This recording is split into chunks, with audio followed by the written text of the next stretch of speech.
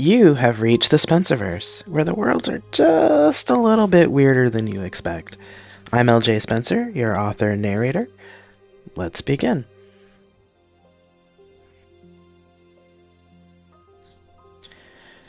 Mr. Smith sent a text this morning, sir, Devon said as he set my cappuccino on my desk. Did he now? And how did he know to text you? I gave him my number the last time he was here, sir, the drone replied. I figured it'd be more efficient for future visits. I sipped the coffee and raised an eyebrow, but couldn't fault the man. He was nothing but efficiency wrapped in a tasty drone package who ran my security division. Of course. And what did his lordship have to say? Devon grinned briefly, then said, He would like to visit this afternoon and bring you a present. A present? It's rare that Johnathan brings me anything. Yes, sir, Devon said. I set it up for 4 o'clock, as your meetings finish at 3:30 today, and you have no evening activity scheduled.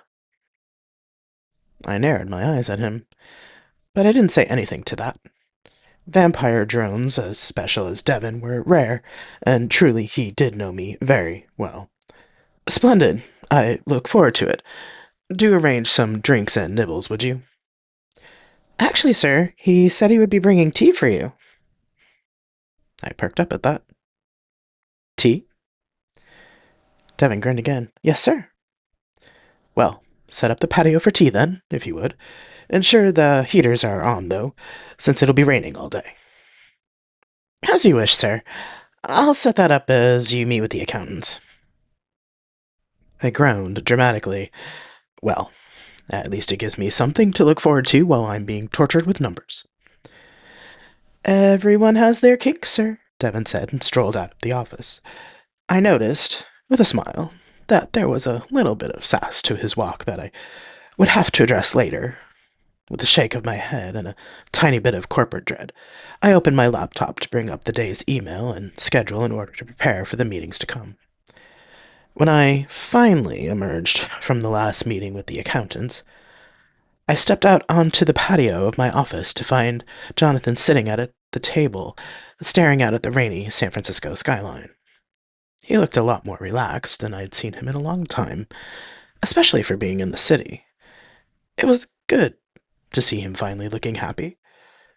Well, it seems that Rome agreed with you, I said with a grin as I approached the table. There was a large box on it. What's this? Johnathan turned around with a smile of his own that even reached his eyes. It's a present, as I'm sure Devon told you.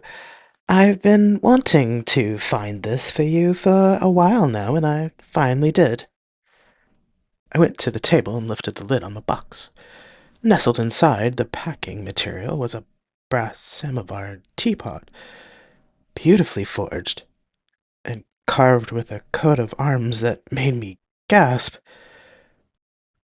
Where did you find this?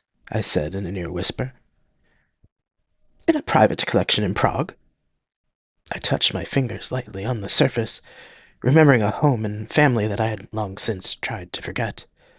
I lifted the samovar out of the box and placed it on the table, the polished brass glowing warmly even in the dull rainy afternoon. I don't know what to say, Johnathan. I thought everything had been destroyed. Here, he said, handing me a tin. Make me some proper tea. Opening the tin, I could smell the strong scent of tea leaves and noted the label was from a prominent Russian tea vendor that I hadn't bought from in years, as I hadn't been back since the current regime had taken over. My eyes welled up a little. Yes, of course, I replied, placing the lid back on the tin and setting it down so I could order Devon to bring wood and matches. There was a rattle behind me. I turned to see Devon pushing the metal cart through the door with cups, snacks, and plates, along with 3 gallons of spring water, small pieces of wood, long matches, and 2 small pine cones. Sir, Mr. Smith, he acknowledged as he set the table. I waited until the top of the metal cart was empty of everything but the fire material and carefully set the samovar on it. Devon came over as I poured the water into the body of the samovar. This is lovely craftsmanship, sir. Yes, yes, it is, I said, hardly able to speak. Instead, I busied myself with adding the wood to the chimney and lit it, ensuring the air holes at the bottom were open. Devon, would you mind rinsing the teapot? I asked. Already done, sir. Mr. Smith arrived early, he replied, then bowed himself out. Johnathan smiled as I sat with him at the table. Devon's become a lot more formal since I saw you last. I cleared my throat. Yes, well, he likes the role, and service makes him happy. Who am I to stand in the way of anyone's happiness? Especially anyone in my service. I took a breath. Are you going to tell me why you really brought me this wondrous gift? I will, when the tea is ready.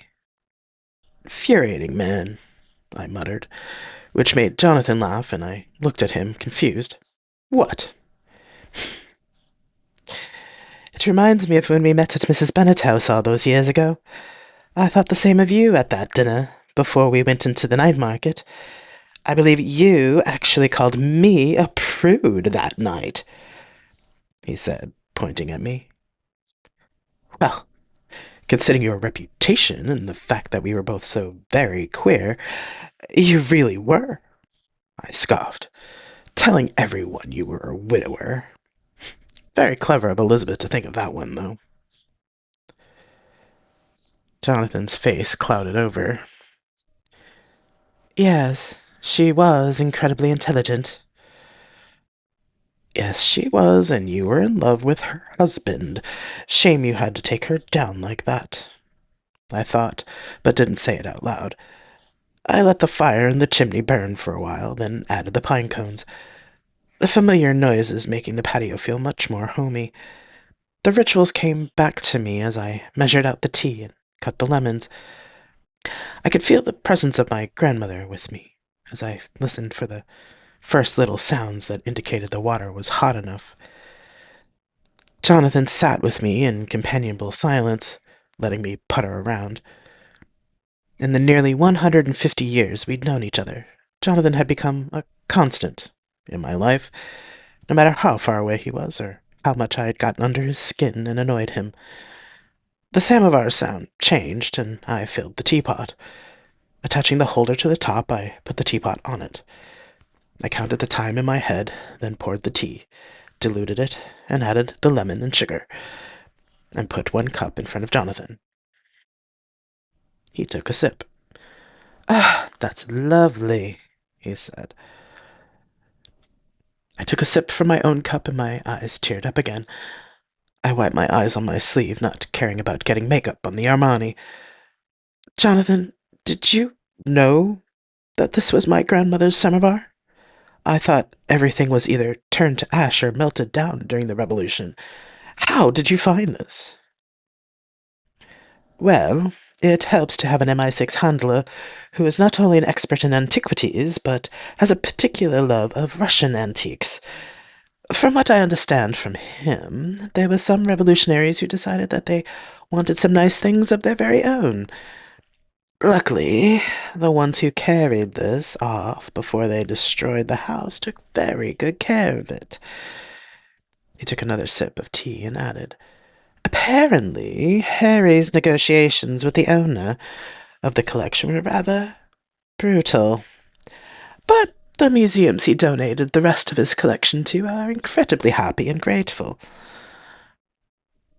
I smiled widely, knowing exactly what kind of negotiations his handler would consider brutal.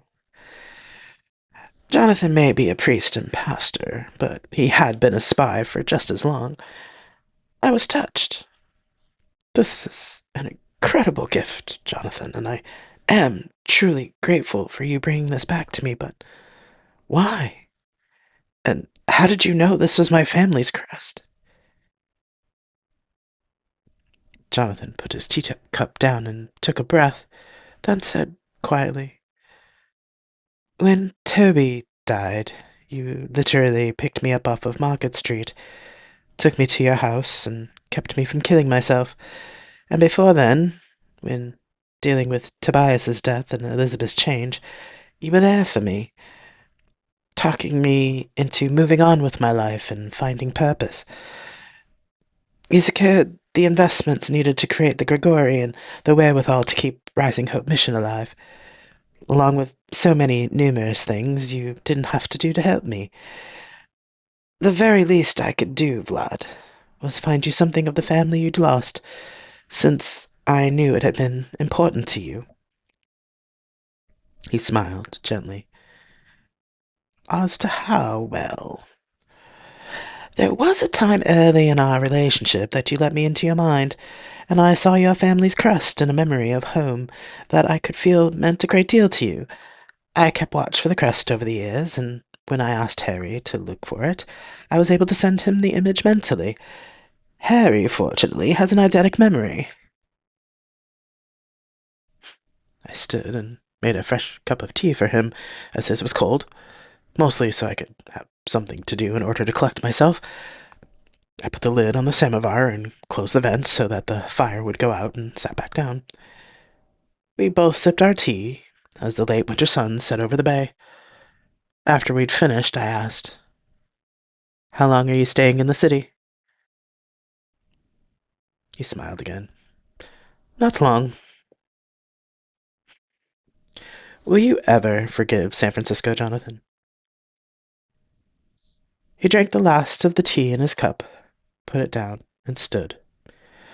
"Ask me again in 100 years when, hopefully, people like you, me, and Toby can live freely without fear."